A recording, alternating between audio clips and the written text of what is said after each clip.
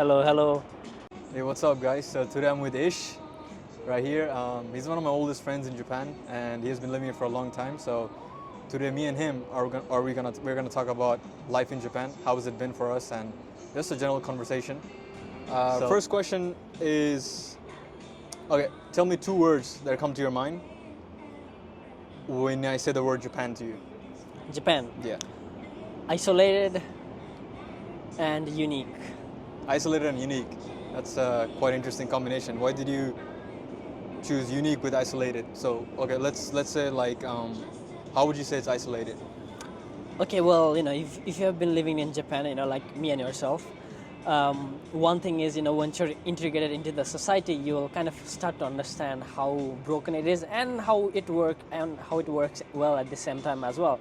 And I guess it's the connection between people that is always, that comes to foreigners. Foreigners, that is something that they realize firsthand, is like how difficult it is to connect with each other. And for instance, if you have like a Japanese co-worker, like let's say if you're working typically from 9 to 5, and you are like like a work buddies until 9 to 5, and then once that clock hits 5 exactly, you're like a strangers. So that does happen. Like it's like you're supposed to give each other's private space. Like just act as if you don't know each other. That's quite interesting. So like, but do you think like that system works though? Kind of like like if it's everyone's doing 9 to 5 work, right? But you find it hard to make long-term friendships in Japan? Do you find it hard to make long-term friends in Japan? Like, Not really, because the way I am and how my personality is, also it has to match with the people around me. And so far, I think I have a good set of friends, which I have to say I'm quite lucky in that regard as well.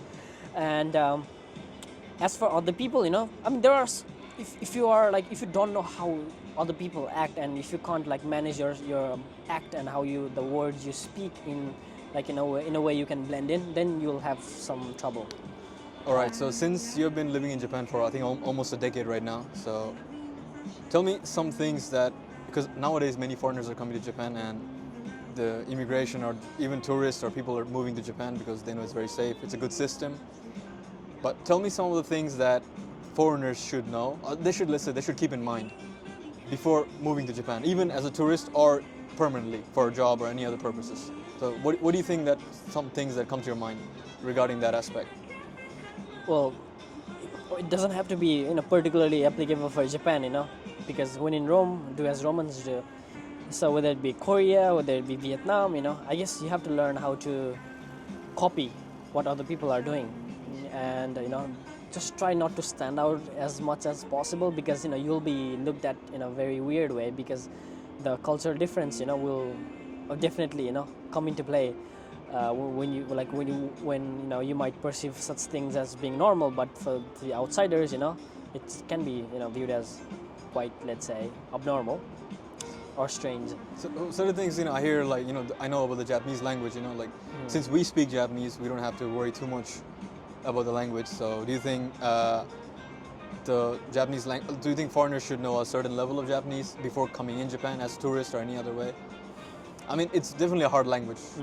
Well, as a tourist, no, not really. I guess actually not. Like getting into the unknown is part of the fun when you're a tourist, right? But if you're thinking about long term, definitely that's like a must. But if you're a tourist, you can get by using English, and that is also part of the fun, because it's impossible for you to like be fluent even if you're learning for like half a year. That still might not be enough, right? And so yeah, if you're coming here for travel, learn about customs more than the language, I would say. Like what people are. That's a very good point, because it's important to learn about customs. Right. Because language is like a long-term skill. Right. It takes time to kind of gather and stuff, but certain customs you can pick it up from Google nowadays, and not to like piss off the people. That's a very good point.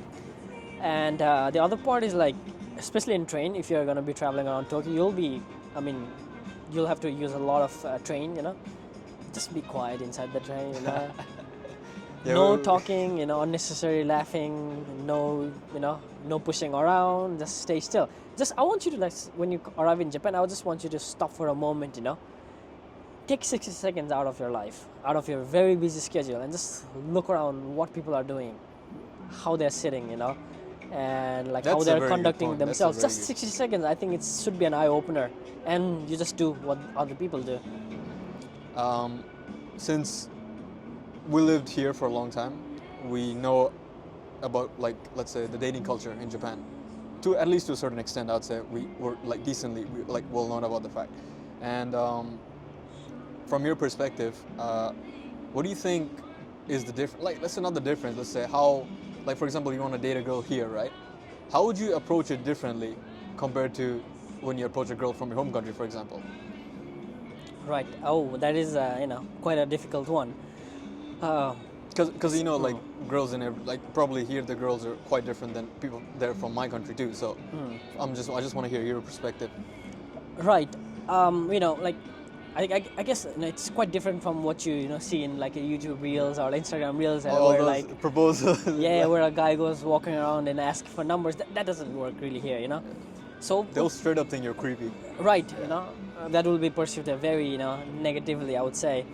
And although you might actually get the gaijin pass, that is like being a foreigner, they'll actually like just let it go. They won't take it seriously and such.